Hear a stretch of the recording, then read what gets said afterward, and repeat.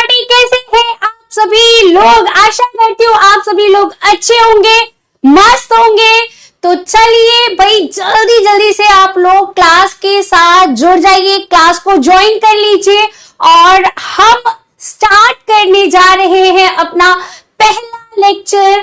उड़ान हिंदी की पहली क्लास, यानी बिहार बोर्ड के अंदर हिंदी की आज हमारी पहली कक्षा है। तो जल्दी जल्दी से पहले तो क्लास को ज्वाइन कर लो और पहले बताओ क्या मेरी आवाज, ऑडियो, वीडियो सब कुछ क्लियर है? तो हम आगे बढ़े। हेलो बच्चा बड़ी, कैसे हैं भाई आप सभी लोग? रिशु, पीपी राज, प्रिया, इरफान, नेहा, हेलो बच्चा, गुड इवनिंग सभी को। Good evening Piyush. क्या मेरी आवाज आप सभी तक भली भांति आ रही है? तो जल्दी जल्दी से पहले तो बताएंगे गुड इवनिंग बच्चा, गुड इवनिंग सभी को। गुड इवनिंग खुशी कुमारी। ओके, हाँ, तो जल्दी से कमेंट सेशन में पहले तो आप लोग मुझे ये क्लियर करेंगे कि मैम आवाज क्लियर है तो थम्स अप करो, मतलब वीडियो सब ठीक है ना? हेलो हेलो हेलो, आ जाओ भैया, आ जाओ जल्दी जल्दी से, कक्षा ज्वाइन कर लो बबुआ लोग। हाँ, हेलो। तो देखो भैया, सर्वप्रथम आप सभी को बता दिया जाए कि मैं आपकी हिंदी की अध्यापिका शिखा मिश्रा हूं। अच्छा, जल्दी से पहले तो ये बताओ यहाँ पर नीव के कितने सारे स्टूडेंट हैं, यानी नीव बिहार से कितने सारे बच्चे इस क्लास के अंदर हैं? भाई देखो, नीव बिहार के होंगे तो मैडम से तो मिले होंगे, जानते होंगे, वही मैडम जो लास्ट में एकदम हमने अपना सिलेबस खत्म किया था, याद होगा? हाँ जी जी जी, है ना? और जो नए बच्चे हैं वो अब हमें जान जाएंगे कि मैं आपकी हिंदी की अध्यापिका हूं और हम बहुत मजेदार तरीके से हिंदी का जो सिलेबस है वो पढ़ने वाले हैं, और ना केवल पढ़ने वाले हैं, टाप करने वाले हैं भैया। एकदम भैया कहते हैं ना अपनी ठेठ देसी भाषा में, तो हम टाप करने वाले हैं कक्षा में। और आप लोगों ने अभी रिजल्ट तो हम अपना देखा ही होगा। अब हम उसमें कहें कि नहीं भैया हमारा योगदान है, टीचर्स का योगदान। देखो, टीचर केवल मार्गदर्शन करते हैं, है ना? हमने केवल बच्चों को रास्ता दिखाया कि बेटा इस रास्ते पे चलोगे तो अच्छे नंबर लाओगे, और उनको जिसने फॉलो किया भाई वो देखो second ranker, third ranker, 10th, 7, 8 और बहुत सारे बच्चे एक अच्छा स्कोर करके आए हैं, है ना? तो भाई आपको भी अगर टॉप करना है तो मैडम की बात माननी पड़ेगी, है ना? चलो भाई, तो सबसे पहले तो मैं अपना इंट्रोडक्शन दे चुकी हूं कि मेरा नाम शिखा मिश्रा है, मैं आपको हिंदी पढ़ाने वाली हूं। अच्छा, थोड़ा सा ना बैच के बारे में बहुत सारे बच्चों को पता होता है, बहुत सारे बच्चों को नहीं पता होता है। थोड़ा सा मैं बता दूं आपको बच्चा कि सिलेबस मैंने ऑलरेडी डिस्कस किया है, आप उसे ऐप पर जाकर देख सकते हैं। सिलेबस जरूर देख लेना। कितने बच्चे ऐसे जो अपना सिलेबस देखकर नहीं आए हैं? जल्दी से बताओ, कितने बच्चों ने सिलेबस देखा है अपना? हाथ खड़ा करो, मैडम अपना सिलेबस देख के आए हैं, जल्दी से बताओ। गुड इवनिंग बेटा जी, गुड इवनिंग, गुड इवनिंग।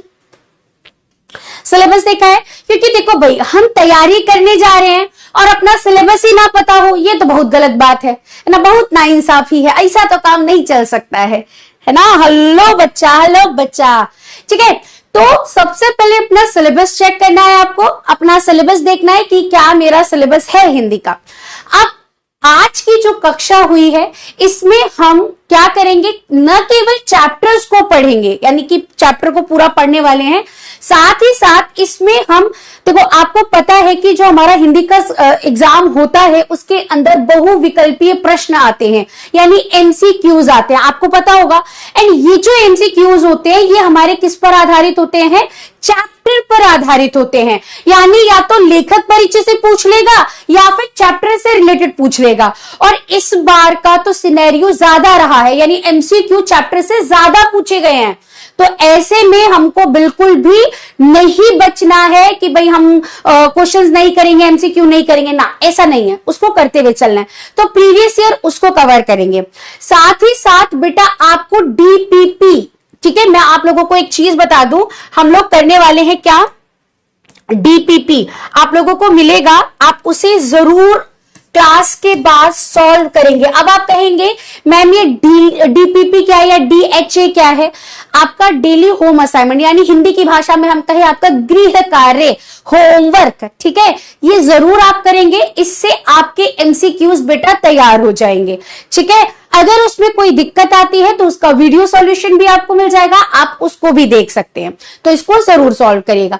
इसके अलावा मैं भी कुछ क्वेश्चन आपको होमवर्क में दूंगी तो आप उनको भी करेंगे, तो इससे ओवरऑल आपका चैप्टर बहुत अच्छे से तैयार हो जाएगा, ठीक है, बढ़िया है। तो भैया बोलो जल्दी से स्टार्ट करें, जल्दी से बताओ, क्लास को आज स्टार्ट कर दे। लेक्चर नंबर 1 पहला चैप्टर है हमारा, और चैप्टर का नाम क्या है भाई? श्रम विभाजन और जाति प्रथा। ये चैप्टर के रचयिता कौन है? जल्दी से मुझे कमेंट्स में बताओ, जल्दी से बताओ बेटा जी। जाति प्रथा या श्रम विभाजन और जाति प्रथा, अगर हम इसकी बात करें तो इसके रचयिता कौन है? अच्छा, हमें यह भी पता होना चाहिए कि ये क्या है, एक निबंध है। अगर आपसे, और ये क्वेश्चन आएगा बच्चा, ऐसा थोड़े ना है, वो आपसे पूछ लिया जाएगा, कमेंट्स में पूछ लेगा, उसमें क्वेश्चन में पूछ लेगा कि भाई बताओ ये कौन सी विधा में लिखा गया है, तो ये निबंध है, किसका है बताएंगे। भाई हमारे पास क्वेश्चन नहीं आ, हाँ बहुत स्लो आ रहा है तुम्हारा कमेंट्स बेटा। हाँ हाँ हाँ हाँ हाँ, वेरी गुड, भीमराव अंबेडकर, बहुत बहुत अच्छा, बाबा साहब जी का, बिल्कुल। तो भाई आप लोगों को पता होगा कि भीमराव अंबेडकर जी कौन है, उन्होंने हमारे लिए क्या किया है ना, ये सारी चीजें तो आपको पता ही होगा। चलिए तो स्टार्ट करते हैं आज का सेशन, लेकर प्रभु का नाम। चलो, तो आज की कक्षा में बेटा हम लोग क्या क्या कवर करने वाले हैं? सबसे पहले हम लेखक परिचय करेंगे, क्योंकि इससे डेफिनेटली क्वेश्चंस आते हैं। फिर हम मूल पाठ पढ़ेंगे अच्छे से, और फिर उस पर आधारित बहुविकल्पीय प्रश्न भी कवर करेंगे, और फिर उस पर आधारित हम क्या करेंगे, पाठ पर आधारित जो हमारे क्वेश्चंस दिए होते हैं वो भी कवर करने वाले हैं, ठीक है। तो चलो स्टार्ट करते हैं, श्रम विभाजन और जाति प्रथा। अब देखो थोड़ा सा पहले तो इस टाइटल को, यानी इसका जो शीर्षक है, इसको समझते हैं, इसका मतलब क्या होता है। श्रम मतलब क्या होता है? कार्य, काम। विभाजन मतलब क्या होता है? बांटना, ठीक है। और जाति प्रथा यानी कि हमारे समाज के अंदर हमारा जो एक पुराने समय से एक जो जाति की वर्ण व्यवस्था चलती आ रही है, वो किस प्रकार थी कि सबसे पहले कौन आएंगे? ब्राह्मण्स। ब्राह्मण क्या करते हैं भाई? पूजा पाठ करना, है ना, शिक्षा ग्रहण करना, और शिक्षा ग्रहण कराने का कार्य ब्राह्मण का था। इसके बाद आते हैं हमारे क्षत्रिय। क्षत्रिय का कार्य क्या होता था कि जितने भी युद्ध कार्य हैं वो क्षत्रिय किया करते थे, यानी कि राजा करते थे।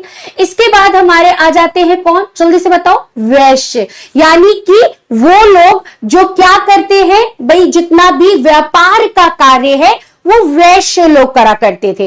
और सबसे अंतिम में आता था हमारा शूद्र, है ना। जो शूद्र व्यवस्था के जो लोग थे वो लोग क्या करते थे भाई, जितना भी, यानी जो तीनों वर्णों की आती थी, इनकी सेवा करना, यानी सेवा मतलब उनके घरों का कार्य करना और मजदूर वर्ग का कार्य करना, इनका कार्य होता था। लेकिन इस व्यवस्था के अंदर बहुत सारे, अगर देखा जाए तो लोगों ने अपनी मान्यता के अनुसार बहुत सारी कमियां पाई जाने लगी, और एक वर्ग जो धीरे धीरे दबता चला गया था, और उन्हीं में से था, दलित परिवार से थे हमारे अंबेडकर जी। उस समय दलितों के साथ बहुत अच्छा व्यवहार नहीं होता था। एक ऐसा वर्ग जिसको पढ़ने के लिए बराबरी का अधिकार नहीं था, पानी छूने का, है ना, जैसे कुआं है तो उसको छूने का अधिकार नहीं होता था। और इवन अगर आप ग्रामीण परिवेश में रह रहे हैं, अगर आप गांव में रह रहे हैं, तो कहीं ना कहीं आज भी वो व्यवस्था आपको थोड़ी बहुत देखने को मिलती होगी, जो हमारे लिए शर्म की बात है। यह हमारे समाज के लिए शर्म की बात है कि आज भी हमें ऐसी व्यवस्था देखने को मिल रही है ना बेटा, बात समझ में आ रही है। तो हमारी अंबेडकर जी जो थे, बाबा साहेब जी थे, उन्होंने इसमें एक निबंध, वैसे तो ये एक भाषण था और उसमें से एक छोटा हिस्सा लिया गया है, और उन्होंने इसमें बताया कि हमारे यहां पर क्या होता था कि भैया राजा का बेटा राजा ही बनेगा, है ना, टीचर का बेटा टीचर ही बनेगा। तो जो श्रम के अनुसार उसका कार्य दे दिया गया है ना, ये इसी को हम कहते हैं श्रम विभाजन, जाति के अनुसार। पहले हमारे यहाँ यही होता था, भैया बढ़ई बेटा बढ़ई बनेगा, कुम्हार का बेटा कुम्हार बनेगा, सुनार का बेटा सुनार ही बनेगा।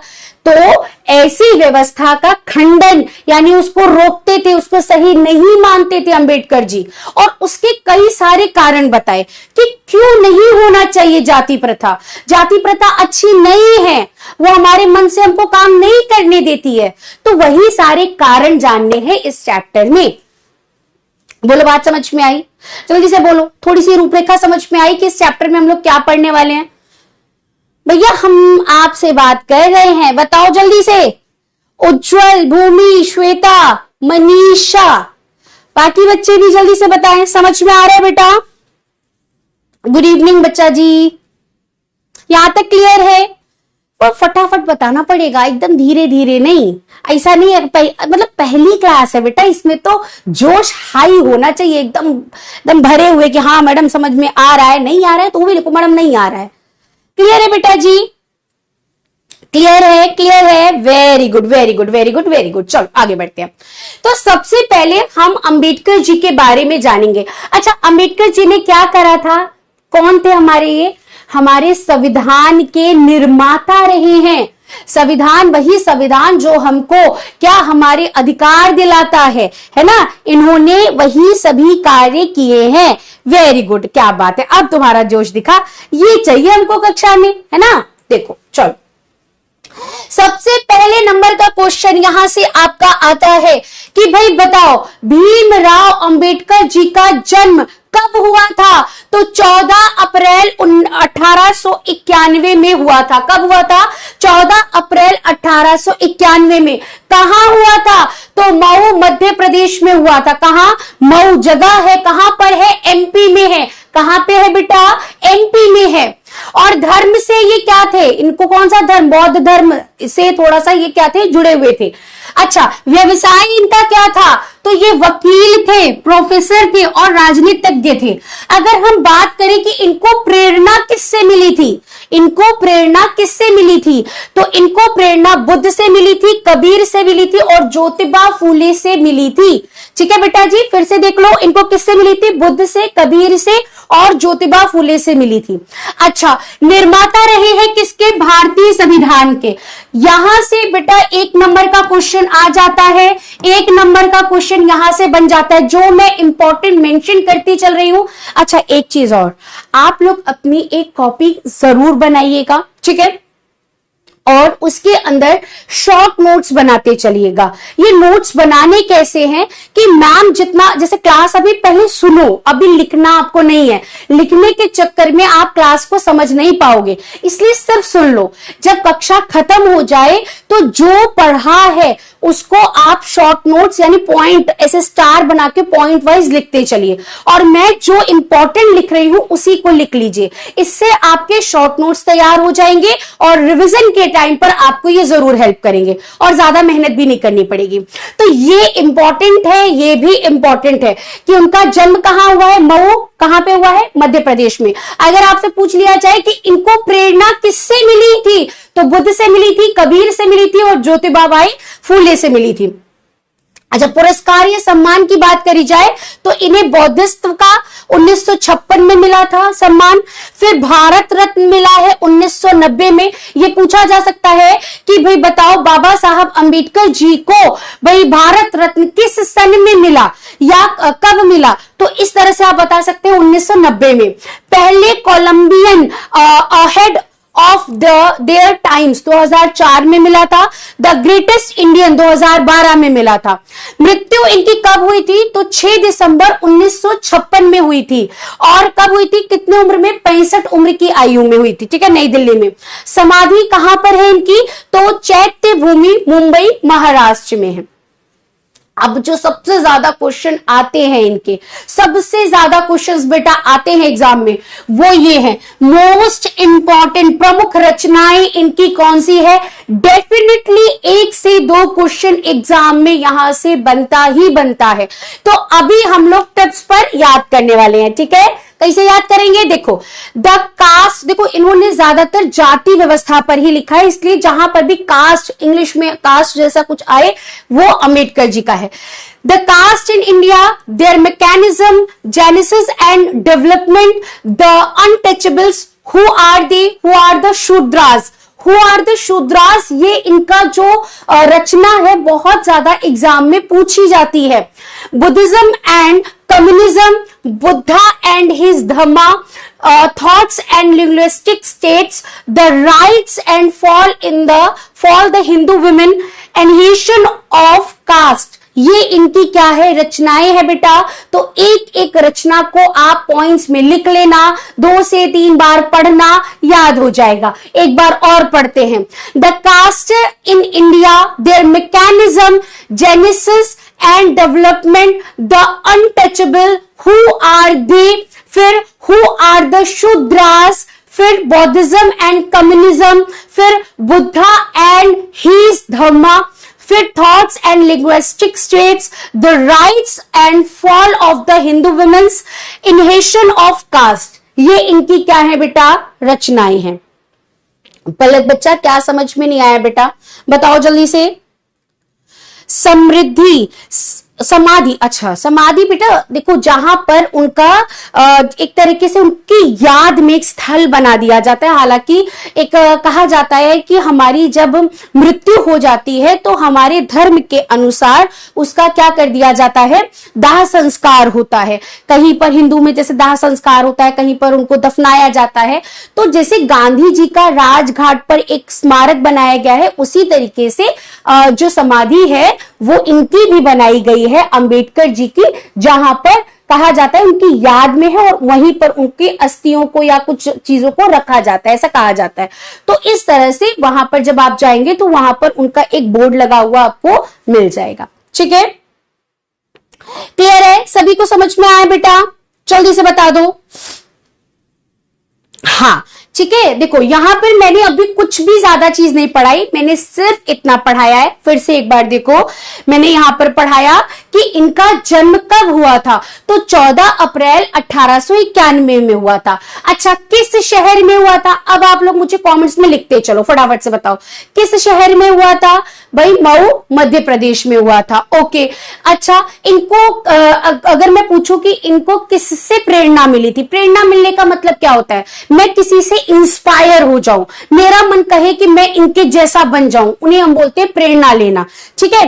तो जो यहां पर हमारे बाबा साहब थे, इनको प्रेरणा जो मिली थी वो बुद्ध से मिली थी, कबीर से मिली थी और ज्योतिबा फूले से मिली थी, ठीक है। इसके बाद ये क्या थे, भारत संविधान के निर्माता, यानी इन्होंने भारत का संविधान बनाया था, ठीक है। इसके बाद इन्हें कौन कौन सा पुरस्कार मिला है, जैसे भारत रत्न एक पुरस्कार है, कब मिला था, तो 1990 में मिला था। इसी तरीके से बाकी मिले हैं, ठीक है। समाधि स्थल कहां पे है और मृत्यु कब हुआ, ये तो याद करना है बेटा। इसके बाद हमें जो सबसे ज्यादा याद करने वाली चीज है कि भाई इनकी रचनाएं जो सबसे ज्यादा एग्जाम में पूछी जाती हैं, आपसे पूछ लेगा हु आर दी शूद्रास, है ना, ये इंग्लिश में नाम है, हु मतलब कौन, शूद्रास मतलब शूद्रास कौन है, ये उनके रचनाओं के टाइटल हैं, शीर्षक के नाम है। तो आपको इसे अंग्रेजी में ही याद करना पड़ेगा, ठीक है। फिर इसके बाद बुद्धिज्म एंड कम्युनिज्म, ये इनकी रचना का नाम है। तो आपको ये रचनाएं बेटा 1 से 2 बार पढ़ोगे याद हो जाएगा। अभी एकदम से सारा नहीं याद हो जाएगा ना बेटा, पहली कक्षा है, धीरे धीरे पढ़ोगे याद हो जाएगा। क्लियर है, क्लियर है। रचना मतलब बेटा इन्होंने जो लिखा है ना, इतना लिखा। अभी तुम बड़ी क्लास में आ गए हो भैया, 10th में आ गए हो, थोड़ा सा तो बड़े हो जाओ।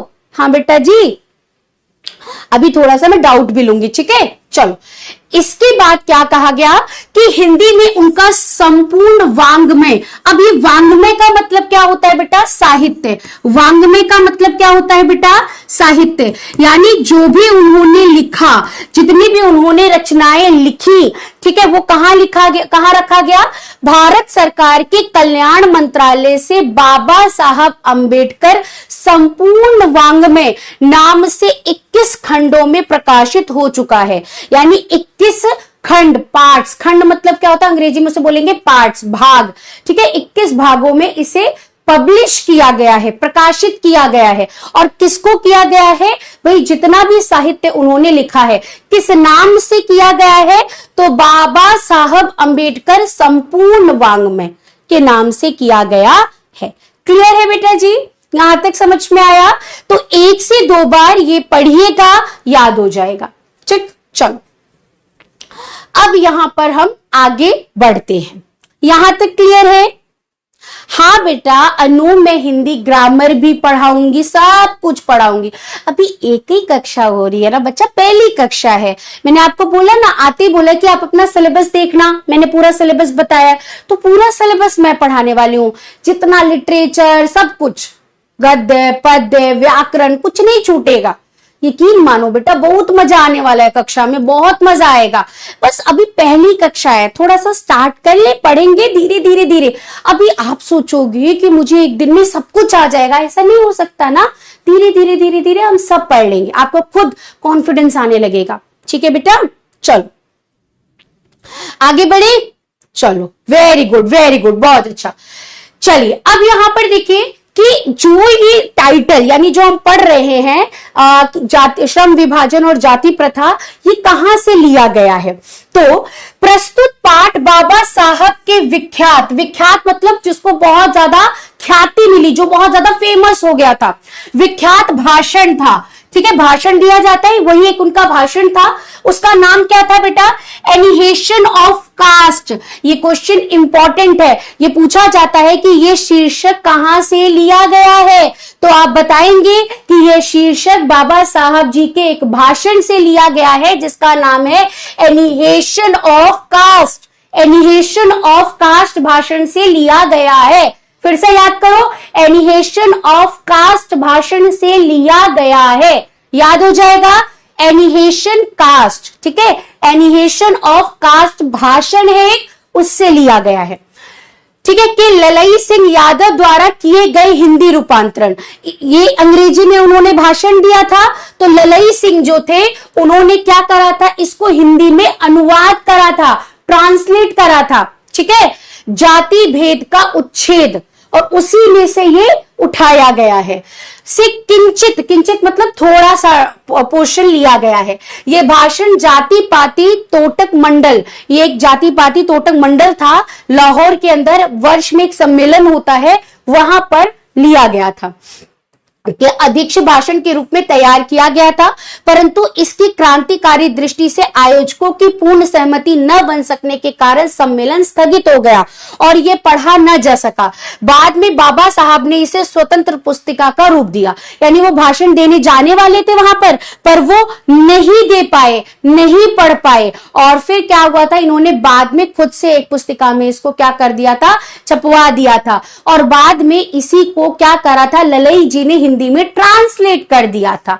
ठीक है, चलो प्रस्तुत आलेख में वे भारतीय समाज में श्रम विभाजन, श्रम मतलब क्या होता है बेटा, काम, और विभाजन मतलब क्या होता है बेटा, बंटवारा, काम का जो बंटवारा है, ठीक है, उस पर मध्ययुगीन यानी कि मिडिल एज के अंदर किस तरीके से जो नियम बनाए गए थे उस पर सवाल उठाए थे। किसने? बाबा साहब जी ने। अभी मैं समझाऊंगी अपनी भाषा में, अभी हम समझेंगे इसको। ठीक है, जाति प्रथा पर मानवीयता, नैसर्गिक न्याय, सामाजिक सद्भावना की दृष्टि से विचार करते हैं। जाति प्रथा के विषमतापूर्ण सामाजिक आधारों, ऋण पूर्व ग्रहों और लोकतंत्र के लिए उसकी अस्वास्थ्यकर प्रकृति पर भी यहाँ एक संभ्रांत विधिवेता की दृष्टिकोण उभर कर आई है। अब देखो यहाँ पर इसको हम अपनी भाषा में समझते हैं। वो ये कहते हैं इसके अंदर बेटा कि देखो श्रम है, जैसे कहा जाता था पहले के टाइम में काम कैसे होता था कि एक मोची है, ठीक है, अब उसका बेटा चाहे कितना भी काबिल क्यों ना हो उसे मोची बनना पड़ेगा, ठीक है। इसी तरीके से अगर कोई सुनार है और उसके बेटे के अंदर वो काबिलियत नहीं है फिर भी उसका बेटा सुनार ही बनेगा, ठीक। इसी तरीके से और भी व्यवस्थाएं थी। मान लो कोई अध्यापक है, कोई टीचर है, मैं टीचर हूं और मेरे बेटे के अंदर उतनी काबिलियत ना हो और मैं उसको टीचर बना दूं तो ये तो भाई आने वाली पीढ़ी के साथ क्या होगा, पाप होगा ना, गलत होगा। तो ऐसा ही चलता था कि पहले जाति के अनुसार बटा हुआ था। ये क्यों माना जाता था पता है? ऐसा माना जाता था कि घर के अंदर माता पिता से बच्चा ऑटोमेटिक वो काम सीख जाएगा, ठीक है। जैसे फॉर एग्जाम्पल मैं आपको बताऊं, मेरा एक छोटू सा बालक है, बहुत छोटू सा, अभी 1 साल का हुआ है। एंड अभी जब वो कक्षा के अंदर आता है तो वो सबसे पहले क्या होता है, पेन उठाता है और वो फिर जिद करता है कि मुझे बोर्ड के पास ले जाओ, और वो अभी से पेन पकड़कर मतलब लिखने का प्रयास करता है, ठीक है। और ये मैं आपको ना एक लाइव उससे जोड़ने का प्रयास बता रही हूं। तो पहले के टाइम में ऐसा सोचा जाता था कि बच्चे के अंदर पहले से ही पेट से ये क्षमता आ जाती है, पहले तो ये समझा जाता है। दूसरे उनका ये मानना था कि घर में ना मतलब उन्हें किसी स्कूल या किसी मतलब एक अलग से स्किल सीखने के लिए कहीं जाने की जरूरत नहीं पड़ेगी, घर में ही सीख जाएंगे, अभी पापा ही अपने बच्चे को सिखा देंगे, ठीक है। तो इस आधार पर जाति की व्यवस्था के अनुसार श्रम भी बटा हुआ था, काम भी बटा हुआ था कि समाज चलेगा तो जैसी जाति व्यवस्था है वैसे ही काम की व्यवस्था भी हो जाएगी, तो बहुत ज्यादा डिवाइड नहीं करना पड़ेगा। लेकिन इस पर बाबा साहब जी को क्या था, मतलब वो उनको पसंद नहीं आया, और ये बिल्कुल सही भी था। क्योंकि मान लीजिए कि मेरे बच्चे के अंदर वो काबिलियत आए ही ना कि वो पढ़ा सके, और हो सकता है मेरे बच्चे को पढ़ाना पसंद ही ना हो, उसकी रुचि ही ना हो, उसकी रुचि क्रिकेट खेलने में हो, लेकिन मैं उसे जबरदस्ती कहूं नहीं बेटा तू टीचर बन, तो वो कैसे बन जाएगा। मैं आपसे कहूं कि नहीं आपको इंजीनियर ही बनना है, आपके पापा कहे नहीं बेटा तुझे सिर्फ इंजीनियर बनना है, और आपका मन डॉक्टर बनने का है, आप बन सकते हो नहीं। तो जब हमारी रुचि नहीं रहेगी तो हम किसी भी काम को मन लगाकर नहीं करेंगे, और इससे क्या होगा, हम काम करना छोड़ देंगे, और जैसे ही हम काम करना छोड़ेंगे हम आर्थिक रूप से क्या हो जाएंगे, कमजोर हो जाएंगे और हम गरीब हो जाएंगे। और यही सेम फॉर्मूला दिया था अंबेडकर जी ने। उन्होंने कहा कि भाई जिसकी रुचि ना हो उसे भी जबरन ये काम करना पड़ेगा, और हो सकता है उसके अंदर वो काबिलियत भी ना हो और वो अपनी पद का गलत उपयोग भी कर सकता है। इसलिए हमें श्रम का बंटवारा यानी काम का बंटवारा जाति के आधार पर नहीं करने का, ठीक है। बात समझ में आई? तो यही पूरी बात इस चैप्टर में कही है। अब बोलो किन किन बच्चों को समझ में नहीं आया, जल्दी से बताओ। अगर समझ में आया तो थम्स अप करो कि यस मैम यहां तक समझ में आ गया। चलो बताओ भाई।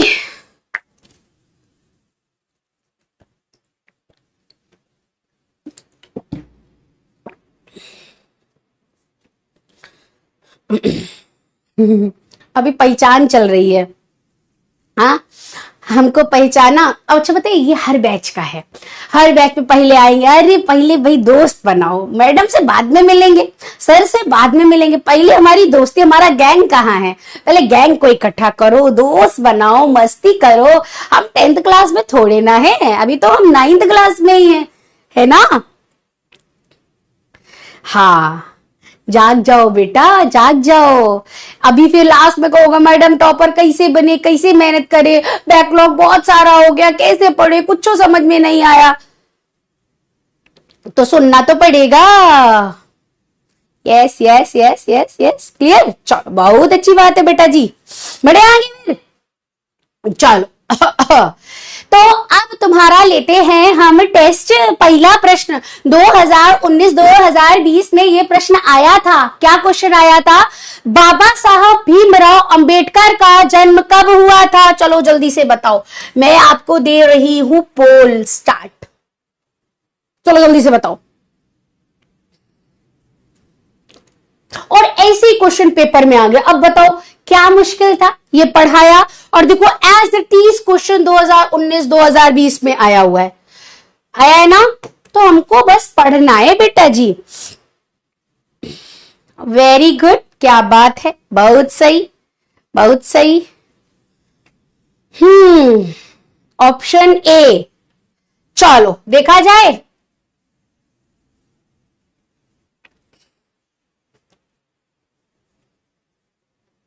क्या बात है, बहुत अच्छा उत्तर आ रहा है आप लोगों का। सबको वो मिल रहा है ना भाई, पोल सभी लोग आंसर करेंगे, ठीक है। चलो बिल्कुल सही उत्तर आया है आप लोगों का 14 अप्रैल 1891। ऑप्शन ए यहां पर क्या हो जाएगा, बिल्कुल राइट। 95% बच्चों ने बिल्कुल सही उत्तर दिया है। आर्यन भाई सबसे पहले नंबर पे है, वेरी गुड। फिर कौन है, लिटिन भास्कर, अपू, अल्विन, अनुज, विवेक, उज्जवल, कुंवर, अंकुल, ऋषु, वेरी गुड बेटा जी। चलो आगे बढ़ते हैं। बाबा साहब भीमराव अंबेडकर का जन्म किस राज्य में हुआ? 2019 और 21 में ये क्वेश्चन आया है, बताओ। अब कितना आसान प्रश्न है, अगर आप पढ़ कर जाओ तो कितना आसान लगेगा। हिंदी कहोगे मैडम बहुत हिंदी आसान है, तब जब पढ़ के जाओगे।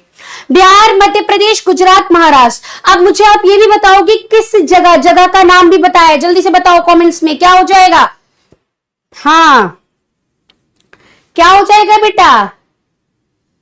बिहार, मध्य प्रदेश यानी एमपी, गुजरात या महाराष्ट्र? बी हो जाएगा, ठीक हो जाएगा। मऊ, वेरी गुड, बिल्कुल सही उत्तर दे रहे हैं यहां पर बच्चे, मऊ। ठीक है, एमपी में मऊ में हुआ था, तो ऑप्शन बी यहां पर क्या हो जाएगा, राइट हो जाएगा। 87% बच्चों ने उत्तर दिया है। अनुज, विवेक, आर्यन, अबू, अल्विन, चलो भाई बहुत बढ़िया। नेक्स्ट आगे, भीमराव अंबेडकर जी के विख्यात भाषण एनिहेशन ऑफ कास्ट का हिंदी रूपांतरण किसने किया था? 2021 में आया है, अभी हमने पढ़ा था, जल्दी से बताओ। ददई सिंह यादव, ललई सिंह यादव, रूपक सिंह यादव, लल्लन सिंह यादव। चलो बहुत लल्लन टाप प्रश्न है ये, है ना, तो उत्तर भी ऐसा ही कुछ होगा, है ना। चलो जल्दी से बताओ, ऑप्शन ए, बी, सी और डी क्या हो जाएगा बेटा जी? एंड बेटा मैं आपसे बताऊं कि इस बैच को बच्चे यूं ही नहीं कहते ये इमोशंस है, ये बैच को यूं ही नहीं कहते हैं कि हाँ हमने किया और हम, ये सिर्फ सच में आपको ऐसा नहीं लगना चाहिए कि सिर्फ बच्चे कहते हैं, या फील करेंगे। या आज आपकी पहली कक्षा है, लेकिन धीरे धीरे धीरे धीरे जैसे जैसे ये कक्षा बढ़ेगी ना, आपको आप ये फील करेंगे कि सच में अगर मैं टीचर्स के कहने पर बढ़ रहा हूं, पढ़ रही हूं, भैया देखना सच में जब आपका यहां पर नाम से पहले जब लिस्ट में नाम आएगा ना, स्टेट बोर्ड हमने टॉप किया है, वो जो खुशी होगी, अभी आपने बच्चों की खुशी देखी ना, हम वहां नहीं थोड़ा सा पहुंच पाए थे, लेकिन आपने बच्चों को खुशी देखी होगी। एंड वो बच्चे जब क्लास में नाम मैं कई बार नहीं भी लेती थी, या बच्चे कई बार वो कहते भी थे कि मैडम हमको ना मतलब नाम लेने से मतलब नहीं होता था, हमें पढ़ने से मतलब होता था। और आज देखिए वो बच्चे कहां पर अपना नाम रोशन किए। वो जो खुशी आपको मिलेगी ना, वो खुशी कहीं नहीं मिल सकती बेटा। तो अपना नाम अगर बनाना है तो मेहनत एकदम तगड़ी करनी पड़ेगी, ठीक है बेटा। चलो तो यहां पर ललई सिंह यादव यहां पर बिल्कुल सही उत्तर हो जाएगा, ऑप्शन बी यहां पर राइट हो जाएगा। 82% बच्चों ने बिल्कुल सही उत्तर दिया है। अनुज फिर से पहले नंबर पे है, फिर आर्यन है, फिर भास्कर जी हैं। अगले प्रश्न पर चलते हैं। अच्छा प्रश्न आया है 2018 में, क्वेश्चन आया था, श्रम विभाजन और जाति प्रथा पाठ बाबा साहब के किस भाषण का संपादित अंश है? ठीक है चलो बताओ। The caste in India, the mechanism, genesis and development, annihilation of caste, who are Shudras. मैंने अभी आपको 2 से 3 बार याद कराया है, चलो जल्दी से बताओगे इसका उत्तर क्या हो जाएगा? वेरी गुड वेरी गुड, बिल्कुल सही उत्तर आ रहा है आप लोगों का। क्या हो जाएगा बेटा? ऑप्शन कौन सा राइट हो जाएगा, जल्दी से बताएंगे।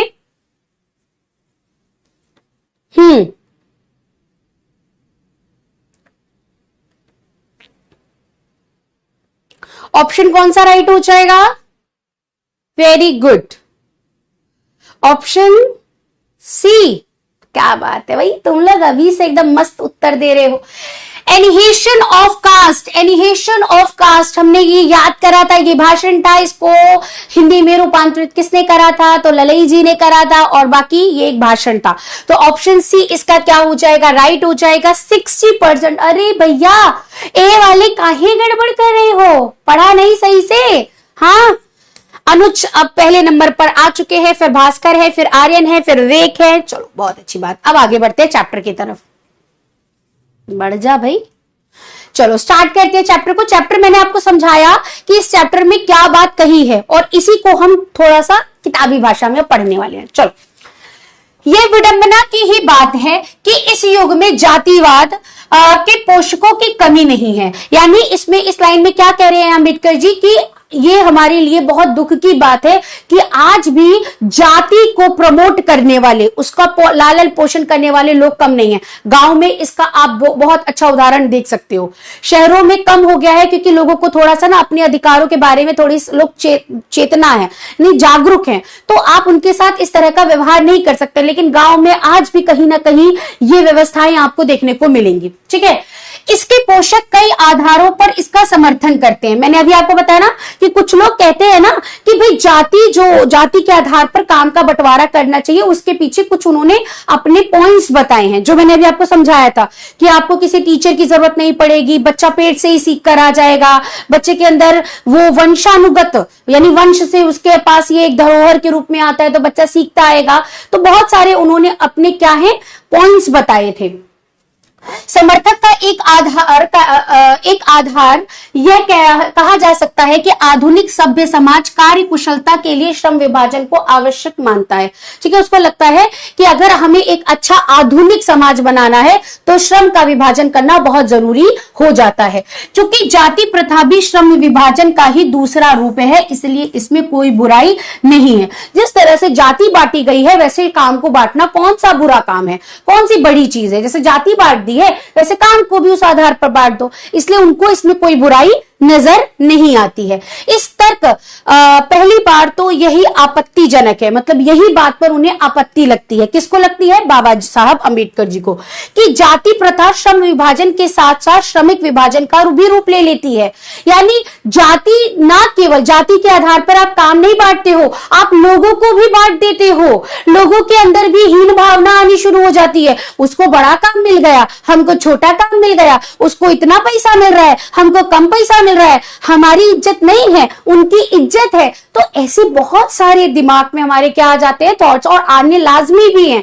और ये ऊंच नीच का भाव भी आ जाता है। जमींदार कहेगा भैया तुम गुलाम हो, तुम काम करो, तुम मजदूर हो, तुम्हारी हिम्मत कैसे हुई हमारे सामने इसे बोलने की, सर नीचे करो। तो ये जो पद का गलत उपयोग है ये भी तो आ जाता है। तो इस तरह से यही चीज अंबेडकर साहब जी को बुरी लगती है। वो कहते हैं ये गलत है, ये बिल्कुल नहीं होना चाहिए। ठीक है, चलो।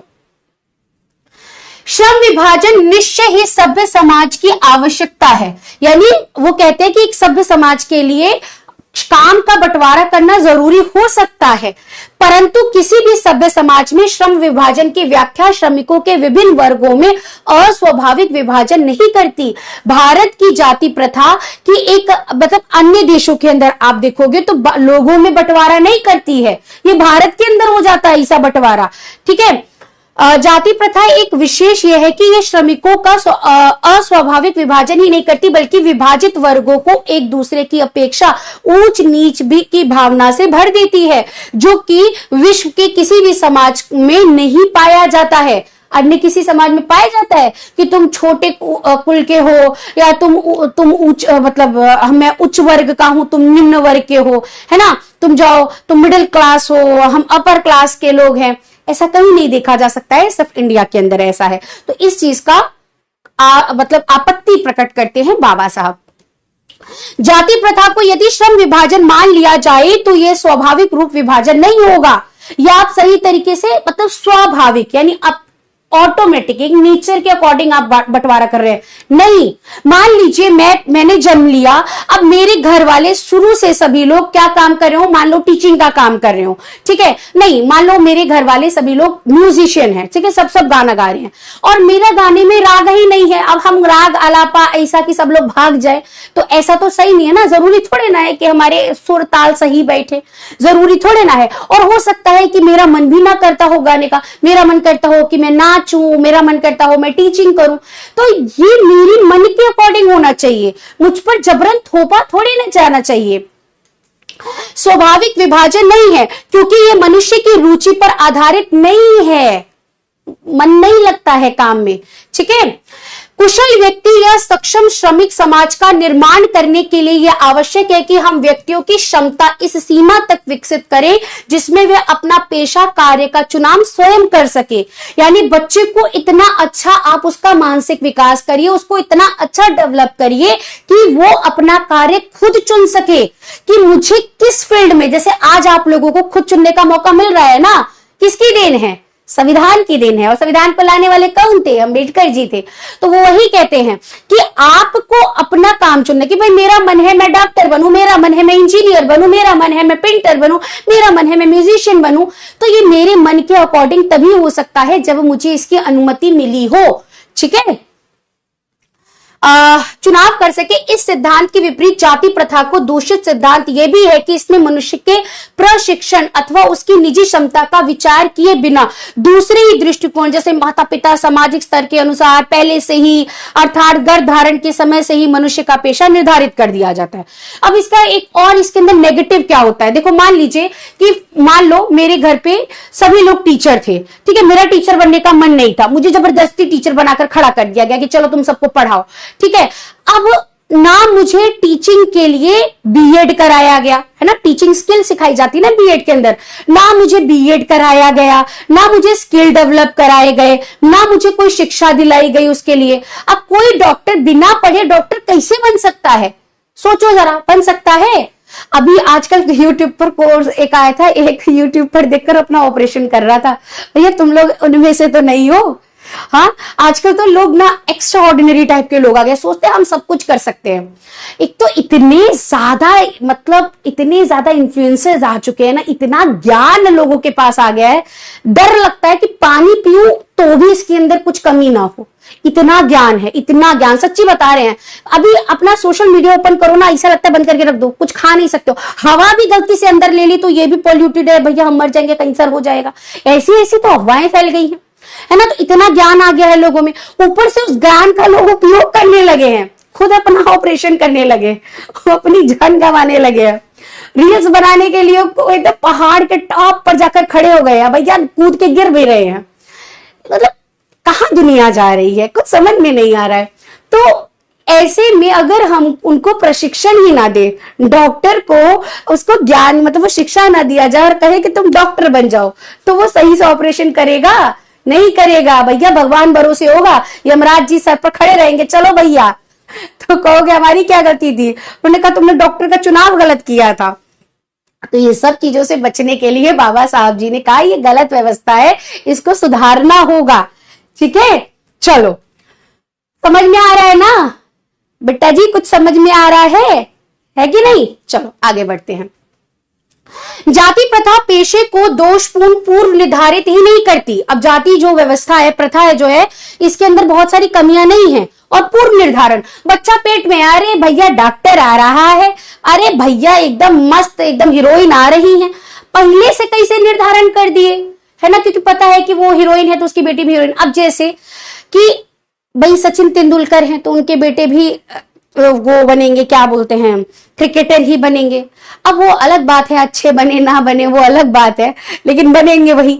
तो जरूरी थोड़ा ना है कि वो अच्छे क्रिकेटर ही निकले। आज देख सकते हो आप, अच्छा उदाहरण ले सकते हो कि गरीब घर से निकले हुए बच्चे ज्यादा अच्छा प्रदर्शन कर पा रहे हैं, जबकि उनके घर में बैठे खुद सचिन तेंदुलकर उनको ज्ञान दे रहे हैं। लेकिन अच्छा खेल कौन रहा है आजकल के और दूसरे बच्चे? आप लोग देख सकते हैं, हम इतना क्रिकेट नहीं देखते हैं, लेकिन आप लोग देखते हैं, आप लोगों को ज्यादा अच्छा पता होगा ना। तो इसीलिए कहते हैं कि हरदम ये मत कहा करो कि मैडम हमारे पास इतनी समस्या है, हमारे पास तो ये नहीं है वो नहीं है। अभावों में रहकर जो निखरता है वही सबसे आगे बढ़ता है बेटा। तो जो अभाव हमको ना बहुत मजबूत बनाते हैं, खुशकिस्मत मानो अपने आप को। और जिनके पास सब कुछ पहले से होता है ना, उनको लगता है हमको तो बना बनाया सब मिला है, तो वो उतना आगे नहीं बढ़ पाते हैं जितना जिनके पास कुछ नहीं होता वो बढ़ जाते हैं। ये आजकल के समय की हकीकत बता रहे हैं आपको, ठीक है। चलो, मनुष्य को जीवन भर के लिए ऐसे पेशे में बांध भी देती है, भले ही पेशा अनुपयुक्त हो, मतलब सही ना हो उसके लिए, और उसी कारण वो भूखे भी मर जाए। वो मेरा मन नहीं है, मैं उस काम में काम चोरी करूंगी तो काम से हटा दिया जाएगा, काम से हटा दिया जाएगा तो भैया भूखे मरूंगी ना। अब काम नहीं करूंगी तो पैसा कहां से आएगा, भूखे मरूंगी मैं, ठीक है। आधुनिक युग में यह स्थिति प्राय आती है क्योंकि उद्योग धंधों की प्रक्रिया व तकनीकी में निरंतर विकास और कभी कभी अकस्मात मतलब बेटा होता है अचानक से परिवर्तन हो जाता है। अब आधुनिक के दौर में तो ये है ही भाई, बहुत सारे इन्वेंशंस हो रहे हैं। अभी AI आ गया, पहले तो क्या था कि बहुत सारे औजार आ रहे थे तो मैन पावर कम हुआ, अब AI आ रहा है तो दिमाग का भी काम कम हो रहा है, नौकरियां छिन जा रही होंगी, आने वाले समय में और ऐसा होगा। हालांकि उसके अच्छे प्रभाव भी है तो बुरे प्रभाव भी हैं उसके, ठीक है, जिसके कारण मनुष्य को अपना पेशा बदलने की आवश्यकता पड़ सकती है। और यदि प्रतिकूल परिस्थितियों में मनुष्य को अपना पेशा बदलने की स्वतंत्रता ना हो तो उसके लिए भूखे मरने की व्यवस्था का चारा नहीं रहेगा। अब मान लीजिए कि पहले क्या होता था, हाथ से दिए बनाए जाते थे, ठीक है, ये एक कुम्हार का बेटा कुम्हार बनेगा, ठीक है। अब मैं आपको एक एग्जाम्पल दे रही हूं, ध्यान से समझना, आपको चैप्टर पूरा समझ में आ जाएगा, ठीक है। कि एक कहा गया कि कुम्हार का बेटा कुम्हार बनेगा, कुम्हार के बेटे ने कहा ठीक है भैया हम कुम्हारी बनेंगे। वो अपना भाई दिया बनाना, पोट बढ़िया से मटका बनाना, यही सब काम कर रहा था। भैया अचानक से एक कंपनी आई, उसने कहा अच्छा ये काम इतने समय में हो रहा है, हम इसकी मशीन लगाएंगे। भाई मशीन ने वो काम करना शुरू कर दिया। अब बताओ वो बच्चा क्या करे, उसको तो तुमने कहा कि तुम कुम्हार बन जाओ, अब वो कुम्हार वाला काम तो मशीन ने करने लगा। अब वो बच्चा क्या करेगा, उसका घर का काम कैसे चलेगा, उसको तो कोई स्किल नहीं सिखाया गया, उसको कुछ और नहीं पढ़ाया गया। उस समाज को कौन जाकर खड़ा करके कहे कि भैया तुमने तो कहा था कि ये काम हमको ही मिलेगा, हमारा काम तो मशीन ने ले लिया, अब बताओ हम कौन सा काम करें। तो बताओ वो घर तो भूखे मरेगा ना। और यही स्थिति हमारी दीपावली के समय में होती है। इसीलिए कहा जाता है कि गांव में या आसपास, जब शहरों में भी कहा जाता है, वो लोग लाइट्स लगा लेते हैं कि दिए अपने लोगों का कम से कम पेट भरे, ऐसा काम करो, है कि नहीं। तो ये बहुत जरूरी है। तो यही चीज बाबा साहब ने भी समझाया कि अगर मान लो कोई उद्योग धंधा आ गया तो उसका काम छिन जाएगा और वो भूखे मरेगा। बात समझ में आ रही है बेटा। चल, मरने के अलावा क्या चारा रह जाएगा। हिंदू धर्म की जाति प्रथा किसी भी अन्य व्यक्ति को ऐसा पेशा चुनने की अनुमति नहीं देता जो उसका पैतृक पेशा ना हो, और फिर उसके बाद उसको ऐसा चुनने का मौका भी नहीं मिलता कि उसका पैतृक पेशा भी ना हो, मतलब पैतृक मतलब उसके पिता का पेशा ना हो, भले ही वह उसमें पारंगत हो। इस प्रकार पेशा परिवर्तित करने की अनुमति ना देकर जाति प्रथा भारत में बेरोजगारी का सबसे बड़ा मुद्दा उठाती है। बेरोजगारी यहीं से उठ कर खड़ी हो जाएगी। बेरोजगार हो गया, अब वो क्या करे, उसके पास कोई स्किल नहीं है, उसके पास कोई ज्ञान नहीं है, वो काम क्या करने जाएगा, ठीक है। और अब मान लो उसकी एज 40 साल हो गई है, अब उस एज में वो नया काम भी नहीं सीख सकता, नया प्रशिक्षण, कोई ज्ञान भी नहीं ले सकता। पहली बात, आप उसको चुनने का मौका ही नहीं दे रहे हो कि कोई काम सीखे, और अगर मिल भी जा रहा है तो उसकी तो एज हो गई है, वो कब सीखेगा और कब काम करेगा और कब अपने बच्चों का पेट पालेगा। तो ये सारी समस्या है, ठीक है। और ऐसा नहीं है कि ये समस्या आज भी नहीं देखने को मिल रही है, ये आज भी समस्या है, ठीक है, ये आज भी समस्या हो रही है। इस प्रकार हमें देखना है कि श्रम विभाजन की दृष्टि से जाति प्रथा गंभीर दोषों से युक्त है। इसलिए जाति के आधार पर अगर हम काम को बांटे तो इसमें बहुत सारे दोष हैं। जाति प्रथा का श्रम विभाजन मनुष्य की स्वेच्छा यानी अपनी इच्छा पर निर्भर नहीं करता, मनुष्य की व्यक्तिगत भावना यानी उसकी इमोशंस पर नहीं ध्यान देता है, उसकी रुचि पर ध्यान नहीं देता है, बल्कि उसके पैतृक यानी पिता के आधार पर, पिता जो काम कर रहे हैं उसी आधार पर उसको काम दे दिया जाता है।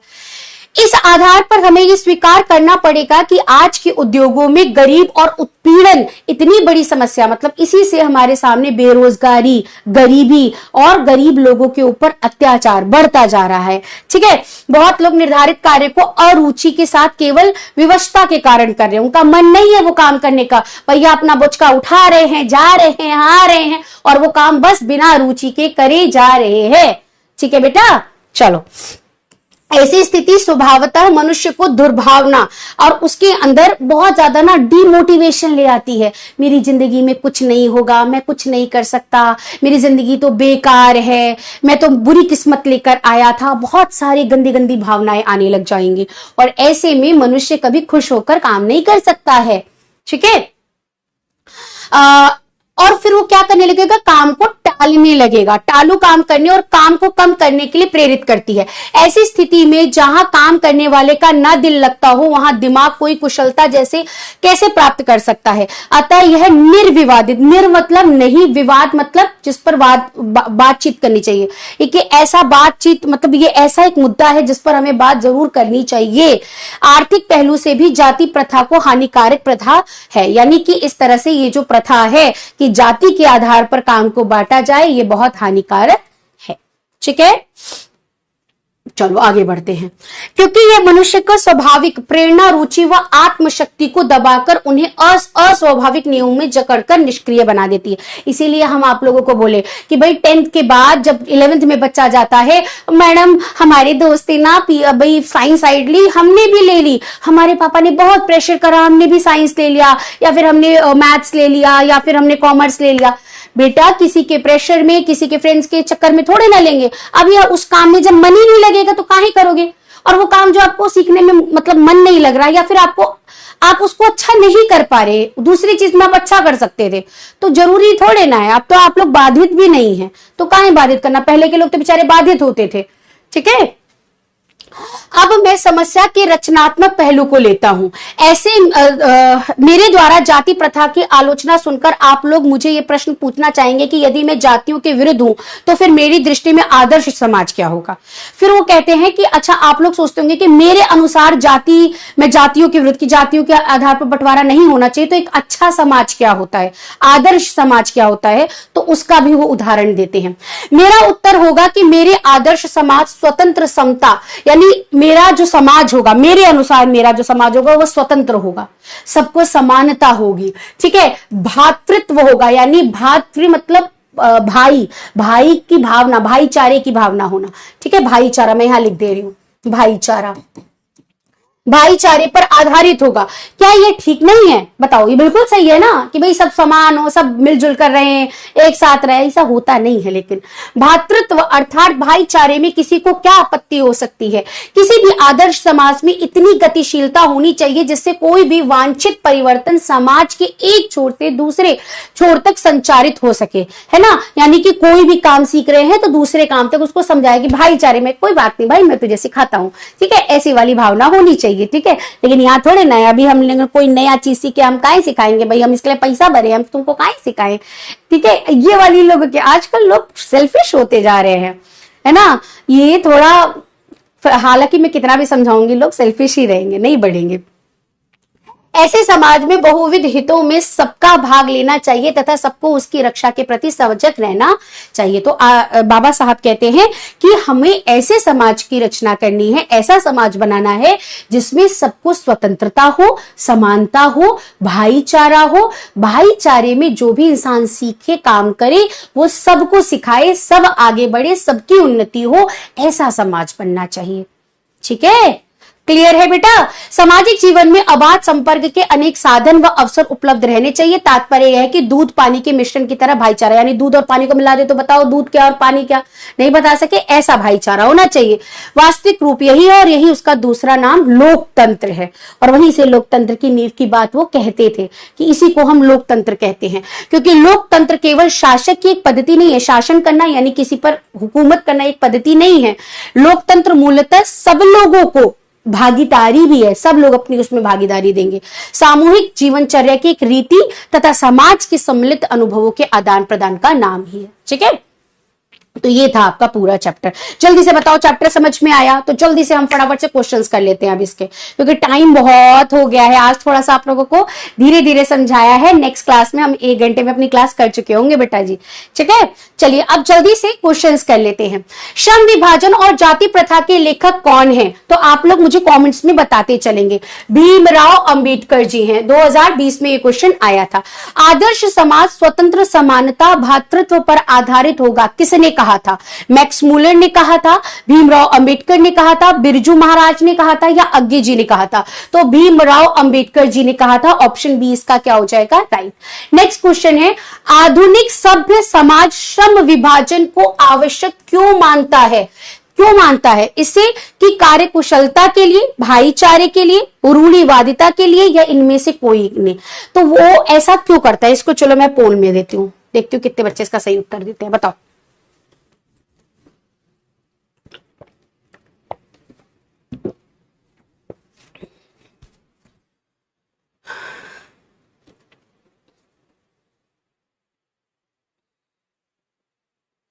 बेटा बेटा क्वेश्चन को फिर से ध्यान से, गलती कर रहे हो, रुक जाओ रुक जाओ, गड़बड़ मत करो। जो लोग कहते हैं, बाबा साहब नहीं कह रहे हैं, आधुनिक सभ्य समाज कह रहा है कि जाति के आधार पर श्रम विभाजन होना चाहिए, किस लिए कह रहे हैं? ताकि काम सही से होगा, ताकि भाईचारा आएगा, ताकि रूढ़िवादिता यानी पुरानी सोच है इसलिए कह रहे हैं, या इनमें से कोई नहीं? तो ये सोचते हैं कार्य कुशलता से होगा। ऑप्शन ए इसका सही होगा। बी कैसे? भाईचारे की बात तो अम्बेडकर जी कह रहे हैं बेटा, तो ऑप्शन बी गलत हो जाएगा। ऑप्शन ए इसका राइट होगा, कार्य कुशलता के लिए। 37 देखो, भाईचारे के लिए। मैंने ये जान के इसीलिए क्वेश्चन दिया था कि तुम लोग गड़बड़ करोगे। देखो यहां लिखा है आधुनिक सभ्य समाज, आधुनिक सभ्य समाज मान रहा है, और इसी का तो विरोध कर रहे थे कौन? बाबा साहब। बाबा साहब इसी का क्या कर रहे हैं? विरोध कर रहे हैं। ठीक है, वो यही तो कह रहे हैं कि गलत है। ठीक है, तो जो आधुनिक समाज है वो क्यों श्रम का विभाजन जाति के आधार पर सही मानता है? क्योंकि उसे लगता है कि कार्य कुशलता से होगा, क्योंकि उसके पिताजी उसको सिखा देंगे, उसे वंशानुगत रूप से वो कार्य सीखने को मिलेगा। ठीक है, गड़बड़ नहीं करनी है। अनुज अल्विन बिल्कुल सही। चलो आगे बढ़ते हैं। बुद्धा एंड हीज धम्मा के लेखक कौन हैं? तो जल्दी से कमेंट्स में बताएंगे। क्या हो जाएगा बेटा? भीमराव अंबेडकर जी हैं। देखो ऐसा क्वेश्चन एग्जाम में आता है, 2021 में आया है, बुद्धा एंड हीज धम्मा, है ना? तो इससे related who are the Shudras किसकी है? भीमराव अंबेडकर जी की है। रचनाएं जरूर याद कर लेना बेटा। ठीक है, नेक्स्ट क्वेश्चन। भारत में जाति प्रथा का मुख्य कारण क्या है?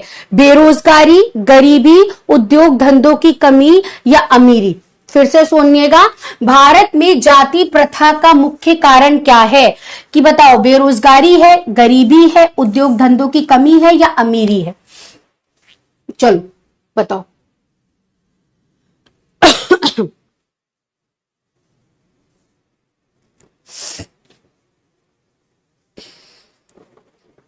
वेरी गुड, गड़बड़ मत करना, सही सही उत्तर देना।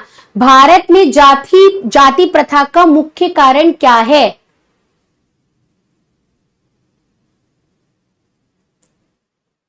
इससे क्या उत्पन्न होगा? बेरोजगारी। वेरी गुड, है ना? क्या उत्पन्न होगा बेटा? क्या उत्पन्न होगा हमारा?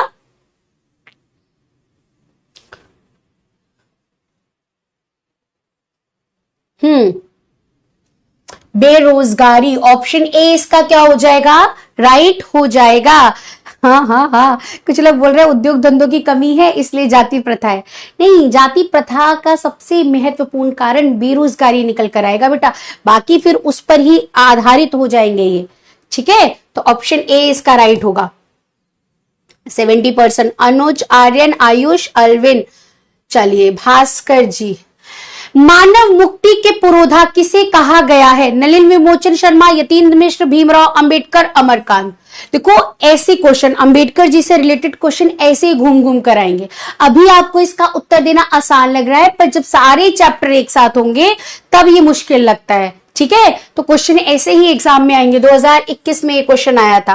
नेक्स्ट, जाति प्रथा स्वाभाविक विभाजन नहीं है, क्यों? यानी क्वेश्चन को फिर से सुनना, आप गड़बड़ मत करना, मैं क्वेश्चन बता रही हूं। कह रहे हैं कि जाति प्रथा जो है वो स्वाभाविक यानी अपने आप से एक विभाजन नहीं हो रहा है। क्यों? भेदभाव के कारण, शोषण के कारण, गरीबी के कारण, रुचि पर आधारित नहीं होने के कारण। बताओ, सही करना, अब इसका उत्तर गलत मत करना। चलो बताओ।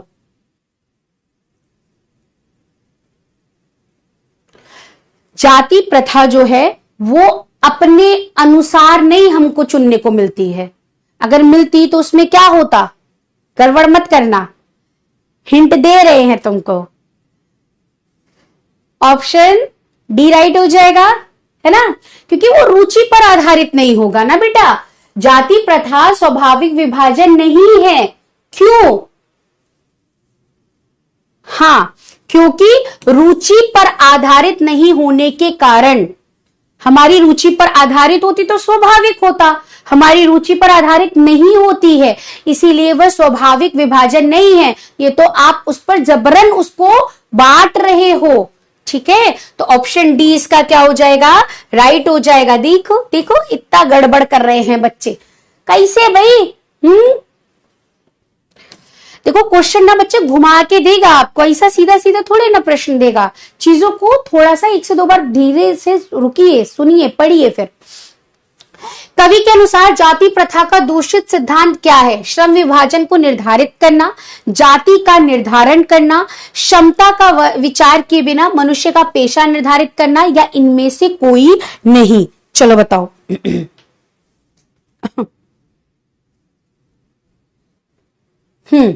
क्या कह रहा है? कवि के अनुसार जाति प्रथा का दूषित सिद्धांत क्या है? यानी जो जाति प्रथा है उसके अंदर दूषित यानी गंदा, अच्छा सिद्धांत नहीं है। क्या नहीं है? कि श्रम विभाजन का निर्धारित करना, जाति का निर्धारण करना नहीं, ये तो चलो ये अलग बात है, ये तो जाति प्रथा के अंदर आ ही जा रहा है। क्षमता का विचार मतलब उसकी कैपेसिटी उतनी है या नहीं है, वो इतना काम कर सकता है या नहीं कर सकता है, या उसके वो लायक है या नहीं है, उसको सोचे बिना उसका काम निर्धारित कर देना। अभी बच्चा पेट में है, हो सकता है भगवान न करे वो बच्चा शारीरिक रूप से उतना काबिल ना हो, आपने तो निर्धारित कर दिया कि वो तो भैया क्रिकेटर बनेगा, मान लो एक तरह से, अब वो कैसे खेलेगा, है ना? या मानसिक रूप से ना सही हो, और मान लो वो सभी रूप से सही भी हो, पर हो सकता है उस काम में उसकी रुचि ना हो, तो क्षमता के अनुसार ना सोचे बिना उसका कार्य चुन लेना। ठीक है, चलिए आगे बढ़ते हैं। जाति प्रथा भारत में बेरोजगारी का एक प्रमुख प्रत्यक्ष मतलब सामने डायरेक्ट कारण बनी हुई है। ऐसा क्यों? क्योंकि भारत में श्रम विभाजन को निर्धारित नहीं किया गया है, नहीं। क्योंकि भारत में जाति को निर्धारित नहीं किया गया है, नहीं। क्षमता का, हाँ बिल्कुल ये यही सही हो गया कि क्षमता का विचार किए बिना काम को चुना गया है, इसलिए भारत के अंदर बेरोजगारी बढ़ती जा रही है। ऑप्शन सी इसका बेटा क्या हो जाएगा? राइट हो जाएगा। तो यहां पर हमारे सारे क्वेश्चंस क्या हो जाते हैं? समाप्त हो जाते हैं। और अब हम यहां पर करेंगे क्या? डाउट ले लेते हैं आपके। ठीक है, डाउट लेने के बाद फिर हम क्वेश्चन आंसर करेंगे और फिर हमारा चैप्टर समाप्त। पोल नहीं आ रहा था बेटा, अगर पोल ना आए तो क्लास को रिफ्रेश करो और आपका इंटरनेट जहां पर सही आ रहा हो उस जगह पर बैठ के करो। ठीक है। बुद्धिविद मतलब जो पढ़े लिखे हो, बहुविद मतलब, अच्छा बहुविद पूछा है, बहुविद मतलब एक तरीके से बहुत ज्यादा पढ़ा, विद्वान जो हो उसको हम कहेंगे। हाँ बिल्कुल सृष्टि, बिल्कुल सही कहा। सोसाइटी, ये जो समाज है ना, वो समाज की रचना ही ऐसी हो रखी है कि समाज के लोग चाहे ज्ञान की बातें कितनी भी बड़ी बड़ी कर लें, लेकिन असल जिंदगी में वो बांट कर एक दूसरे को रखते हैं, जो कि गलत है, नहीं होना चाहिए। ठीक है। नोट्स कैसे बनाए सुमित? मैंने जो जो इंपॉर्टेंट बोला है उसको आप अपनी कॉपी में क्लास एंड होने के बाद लिख लीजिएगा।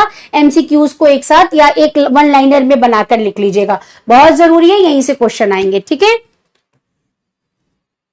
हाँ बिल्कुल बनती जा रही है बेटा, जरूरी भी है और प्रॉब्लम भी बन रही है।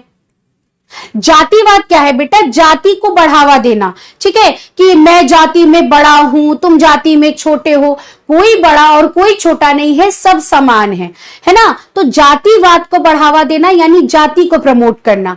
इसीलिए देखो बहुत सारे लोग अपने गाड़ी पर और हर जगह पर, कार पर कुछ ना कुछ लिखवा कर घूमते हैं, जो कि सही नहीं माना जाता, और वो ऐसे लीगली भी गलत करा गया है, उसको नहीं लिखवा सकता है कोई, है ना? तो जाति को प्रमोट करना ये अच्छी चीज नहीं होती है, गलत है। किसी को जाति के आधार पर हीन भावना, उसको गलत बताना, ये भी गलत है। ठीक है। विडंबना मतलब दुख की बात, मतलब हम सोचने का, विचार करने की जरूरत हो। ठीक है। अपेक्षा। पोषक मतलब होता है किसी का भरण पोषण करना, मतलब कोई चीज, किसी चीज को पालना, बड़ा करना। अब जैसे यहां पर पोषक का मतलब है कि जातिवाद को पोषक करना यानी उसको बढ़ावा देना। नोट्स बनाने का बता दिया है। ठीक है। ग्रामर मैं ही कराऊंगी।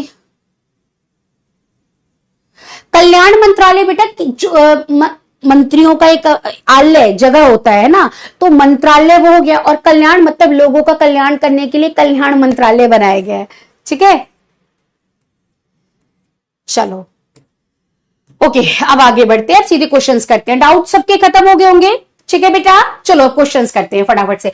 लेखक किस विडंबना की बात करते हैं? विडंबना का स्वरूप कैसा है, यानी यहां पर किस दुख की बात कर रहे हैं और उसका स्वरूप कैसा है, यानी वो दिखता कैसा है। तो यहां जातिवाद के आधार पर श्रम को बांटने की विडंबना की बात कही गई है। लेखक महोदय की विडंबना है कि आधुनिक युग में भी जातिवाद के पोषकों की कमी नहीं है, जिससे विडंबना कहते हैं। ठीक है, विडंबना का स्वरूप यह है कि आधुनिक है बेटा, आधुनिक सभ्य समाज कार्य कुशलता के लिए श्रम विभाजन को जरूरी मानता है, क्योंकि जाति प्रथा भी श्रम विभाजन का ही दूसरा रूप है, इसलिए इसमें कोई बुराई नहीं है। जिस तरह से जातियां बटी हैं, उसी आधार पर काम को बांट देना चाहिए, क्योंकि इससे काम में कुशलता आती है। ठीक है, ये बिल्कुल ही गलत है, इस पर सोचने विचारने की जरूरत है। ये बात बाबा अंबेडकर जी ने कही है। नेक्स्ट क्वेश्चन, जातिवाद के पोषक उसके पक्ष में क्या तर्क देते हैं, यानी जो जातिवाद के लोग हैं वो क्यों कहते हैं कि श्रम का विभाजन करना सही है? क्योंकि जातिवादकों का कहना है कि आधुनिक सभ्य समाज कार्य कुशलता के लिए श्रम विभाजन को जरूरी मानता है, क्योंकि श्रम विभाजन जाति प्रथा का ही दूसरा रूप है, इसलिए श्रम विभाजन में कोई बुराई नहीं है। जैसे ब्राह्मण है, ब्राह्मण का काम क्या होता है, मतलब जाति प्रथा क्यों करी गई? जाति प्रथा का मतलब क्या था? काम के आधार पर ही तो उस जातियों को बांटा गया था। तो कह रहे कि जाति प्रथा ही तो उनका नाम ही है, काम के आधार पर बंटवारा, तो श्रम विभाजन तो उसी के नाम पर है। दो अलग अलग नजरिए से इसको देखना ही नहीं चाहिए, दो अलग अलग नाम ही मत लो, क्योंकि जाति प्रथा क्यों बनाई गई? ब्राह्मण का काम क्या होगा, क्षत्रिय का काम क्या होगा, वैश्य का काम क्या होगा, है ना, शूद्र का काम क्या होगा? तो काम ही तो बताया गया है जाति प्रथा में, तो श्रम विभाजन का मतलब भी तो वही है ना। जातिवादियों का कहना है कि परंपरागत पेशे में व्यक्ति दक्ष हो जाता है, यानी जो काम वंशानुगत होते आता है तो उसमें बहुत स्किल डेवलप हो जाती है, उसकी बहुत अच्छा काम कर लेता है और वह अपना कार्य सफलतापूर्वक संपन्न कर सकता है। ठीक है, जातिवाद के पक्ष में दिए गए तर्कों पर लेखक की प्रमुख आपत्तियां क्या है? लेखक को इस पर आपत्ति क्यों होती है कि ये सही नहीं है? क्योंकि इसमें मन की इच्छा नहीं होती, काम नहीं होगा, बेरोजगारी बढ़ेगी, ठीक है, ऊंच नीच की भावना आएगी। इसको आप अपनी भाषा में बनाकर लिखिए बेटा, इन्हीं पॉइंट्स को बनाकर लिखिए कि बाबा साहब को क्यों आपत्तियां थी। ठीक है, तो पहला बता देंगे कि जाति प्रथा का श्रम विभाजन मनुष्य की स्वेच्छा पर निर्भर नहीं होता, यानी अपनी इच्छा पर निर्भर नहीं होता। पहला पॉइंट, मनुष्य की व्यक्तिगत भावना या व्यक्तिगत रुचि इसमें कोई स्थान या महत्व नहीं रखता है। ठीक है, उसकी कोई अपनी रुचि, कोई अपना महत्व ही नहीं होता, वो तो जो कह दिया गया वही काम करना पड़ेगा उसको। आर्थिक पहलू से भी अत्यधिक हानिकारक है, यानी बहुत लोग, कुछ लोग ऊंचे मतलब अमीर अमीर हो जाते हैं, गरीब गरीब, तो उसके अंदर भी एक ऊंच नीच की भावना आ जाएगी।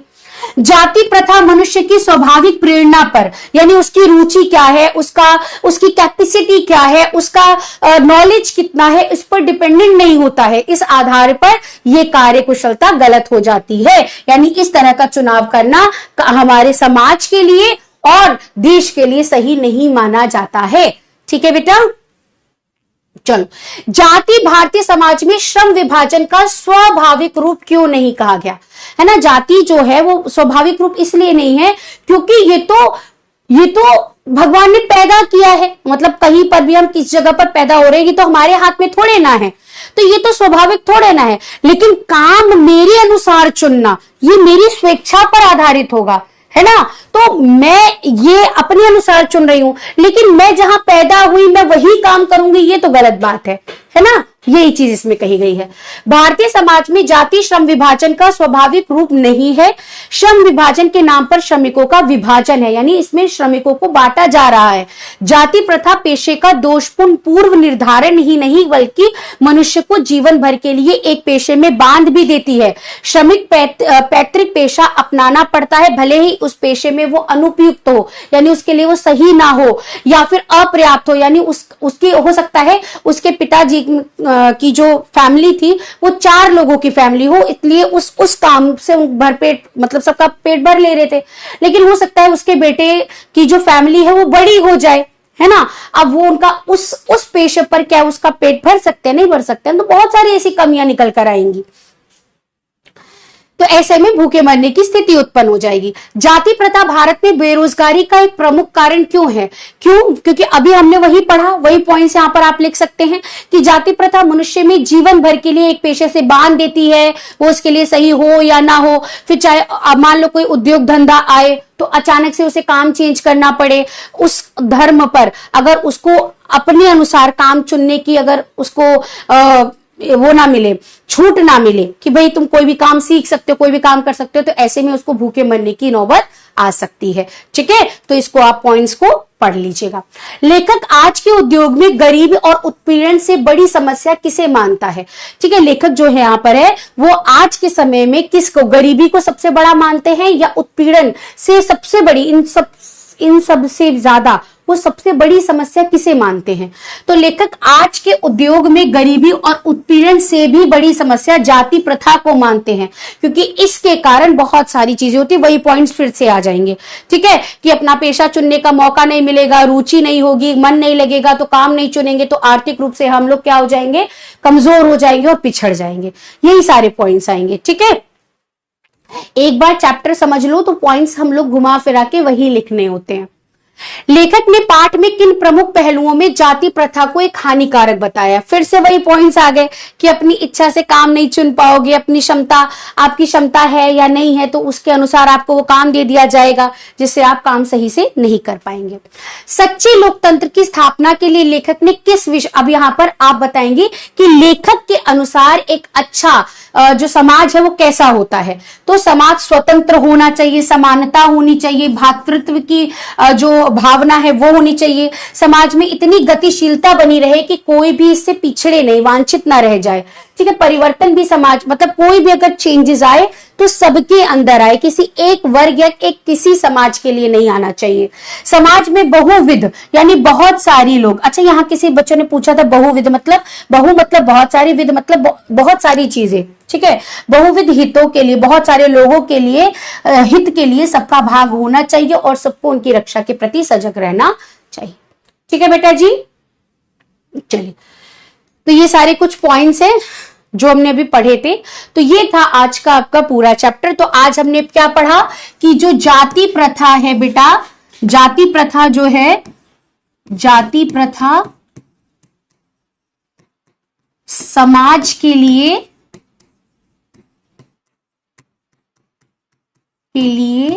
हानिकारक है, हानिकारक है। क्यों? क्योंकि श्रम विभाजन इस पर आधारित होता है, श्रम विभाजन होता है, हमने ये पढ़ा। फिर स्वेच्छा पर, और इसमें क्या होता है, स्वेच्छा पर आधारित नहीं होता। ठीक है, फिर इससे क्या आता है, बेरोजगारी उत्पन्न होती है। ठीक है, और ऊंच नीच की भावना आती है, ऊंच नीच की भावना। ठीक है, ये सारे पॉइंट्स हमने यहां पर देखे। ठीक है, तो ये था आज का आपका पूरा चैप्टर। ये कुछ क्वेश्चन है जिसका आपको होमवर्क नेक्स्ट क्लास में करना है, प्लस डीपीपी जरूर करना, वो आपके चैप्टर से रिलेटेड है, उसको कर लोगे तो आपको थोड़ा आइडिया लगेगा क्वेश्चन एग्जाम में कैसे आते हैं। हालांकि एग्जाम में क्वेश्चन कैसे आते हैं मैंने आपको बता दिया है ना। डीपीपी से आपको एक्स्ट्रा हेल्प मिलेगी चैप्टर को समझने में। ठीक है, चलो तो जल्दी से मुझे बताएंगे कि सभी बच्चों को चैप्टर समझ में आया। देखो बेटा, अगर किसी को कुछ डाउट रह गया है तो कोई बात नहीं, आप डाउट सेशन में भी पूछ सकते हैं। इसके अलावा आप अगर देखो, एक बहुत सारे बच्चे ऐसे भी होते हैं एक बार में हमको नहीं समझ में आते, एक बार और क्लास को हमने रिकॉर्डेड में देख लिया तो चीजें समझ में आ जाती हैं। ठीक है, तो जल्दी से एक बार मुझे बताएंगे थम्स अप करके कि यस मैम समझ में आया या नहीं आया। फटाफट से बताओ, क्लियर है? जल्दी जल्दी बताएंगे, समझ में आया? देखो बेटा, आज मैंने ना बहुत स्लो स्लो स्लो चलकर आपको समझाया, धीरे समझाया, ताकि अभी पहली कक्षा है ना, धीरे धीरे हम पढ़ेंगे, आगे बढ़ेंगे, मस्ती भी करेंगे, मजाक भी करेंगे। अब पहली कक्षा में सब नहीं कर सकते है ना, थोड़ा पढ़ते पढ़ते पढ़ लेंगे, मस्ती भी करेंगे, पढ़ेंगे भी। ठीक है, डाउट सेक्शन बेटा जहां पर आप कमेंट्स कर रहे हो वही डाउट है, आप वहां पर अपना डाउट रख सकते हो, वहीं पर ही आपको जवाब मिल जाएगा। ठीक है, ओके, क्लियर है? सभी को समझ में आया? कोई दिक्कत तो नहीं है? हाँ, क्वेश्चन के आंसर बेटा ये क्लास नोट्स आप लोग पढ़ लीजिएगा, ये यहीं से आंसर याद कर लेना। अच्छा, नोट्स जब आप बना रहे हो बेटा तो सिर्फ आप उसके अंदर क्वेश्चन आंसर मत लिखो, आप उसके पॉइंट्स बनाओ कि भाई पहले आप इसको ना इस पार्ट को ऐसे बांट देना। पहले तो आप जाति का श्रम विभाजन की परिभाषा बताना कि इसका अर्थ क्या है। फिर दो लोग हैं, इस पूरे पाठ में दो व्यवस्थाएं, एक समाज है और एक बाबा अंबेडकर जी की सोच है। तो समाज क्या सोच रहा है उसके पॉइंट्स लिख देना, फिर बाबा साहब जी क्या सोच रहे हैं, उसके क्या निष्कर्ष बता रहे हैं और उनके अनुसार कैसा समाज होना चाहिए ये बना दीजिए। आपको देखना खुद ब खुद पॉइंट्स के अनुसार उत्तर मिल जाएगा। ठीक है बेटा, चलिए ओके। अभिषेक एक बार कक्षा को और देखना बेटा, अगर इसके अलावा नहीं कुछ समझ में आए तो अब नेक्स्ट क्लास जब हमारी होगी तो आप अपने डाउट पूछ लेना। ठीक है, चले तो आज की क्लास को यहीं पर करते हैं समाप्त। मिलेंगे नेक्स्ट क्लास में, तब तक के लिए पढ़ते रहे, मस्त रहे, खुश रहे और क्या करते रहे, अपने माता पिता का नाम रोशन करेंगे। ठीक है बेटा जी, चलिए डीपीपी जरूर करिएगा, अच्छे से करिएगा। और कोई डाउट रह गया तो भैया अभी भागे थोड़ी न जा रहे हैं, मैडम यही है आपके पास है एकदम। जब भी कोई दिक्कत होगी क्लास में पूछोगे, अपने डाउट्स पूछना, हम लोग एक एक डाउट लेंगे और आ जाएगा समझ में। पहली कक्षा है, थोड़ा लाइटली लो, धीरे धीरे समझ में आने लग जाएगा। ठीक है, चलो बाय बाय, मिलेंगे नेक्स्ट क्लास में।